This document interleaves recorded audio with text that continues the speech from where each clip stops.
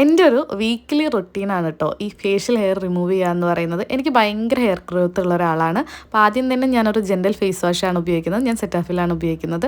അത് കഴിഞ്ഞ് ഫേസ് നന്നായിട്ട് തുടച്ചിട്ട് നമ്മൾ ഒരു അലോവേറ ജെൽ അല്ലെങ്കിൽ ഏതെങ്കിലും ഒരു മോയ്സ്ചറൈസർ ഇട്ട് കൊടുക്കുക. എപ്പോഴും ഫേസിൽ ഒരു വെറ്റ്നസ് വേണം കേട്ടോ.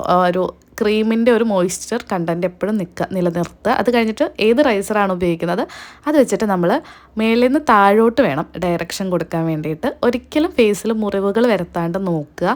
പിന്നെ എപ്പോഴും നല്ലൊരു ഹൈ ക്വാളിറ്റി റൈസർ ഉപയോഗിക്കാൻ നോക്കുക. ഞാൻ സാധാരണ ഒരു 60 രൂപയുടെ ഇവിടുന്ന് എടുത്തൊരു കടയിൽ നിന്നാണ് മേടിച്ചിട്ടുള്ളത്. നോർമലി ഞാൻ ത്രെഡ് ചെയ്യാറാണ് ചെയ്യാറ്.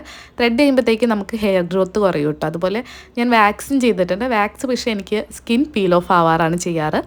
അതുപോലെ ഞാനൊരു ഇലക്ട്രിക്കൽ ഡ്രിമ്മർ മേടിച്ചിട്ടുണ്ടായിരുന്നു. ഡ്രിമ്മർ ഞാൻ ഒരു 1 മന്തോളം ഞാൻ ഉപയോഗിച്ചിട്ടുണ്ടായിരുന്നു. പക്ഷേ എനിക്ക് പെട്ടെന്ന് കുരുക്കൾ വന്നു. അതിൻ്റെ ലിങ്ക് ഞാൻ കൊടുക്കാം കേട്ടോ. അതിൻ്റെ വീഡിയോ ഞാൻ അടുത്ത വീഡിയോയിൽ ചെയ്യാം. അത് കഴിഞ്ഞിട്ട് ഞാൻ ഫേസ് എല്ലാം നന്നായി വാഷ് ചെയ്തിട്ട് ഞാനൊരു ഫേസ് പാക്ക് ഇട്ട് കൊടുക്കുന്നുണ്ട് കേട്ടോ. ഞാൻ ടാൻ റിമൂവൽ ഫേസ് പാക്കാണ് ഇട്ട് കൊടുത്തിട്ടുള്ളത്. ഈ ഫേസ് പാക്കിൻ്റെ വീഡിയോ ഞാൻ അടുത്ത പ്രാവശ്യം അപ്ലോഡ് ചെയ്യാം കേട്ടോ.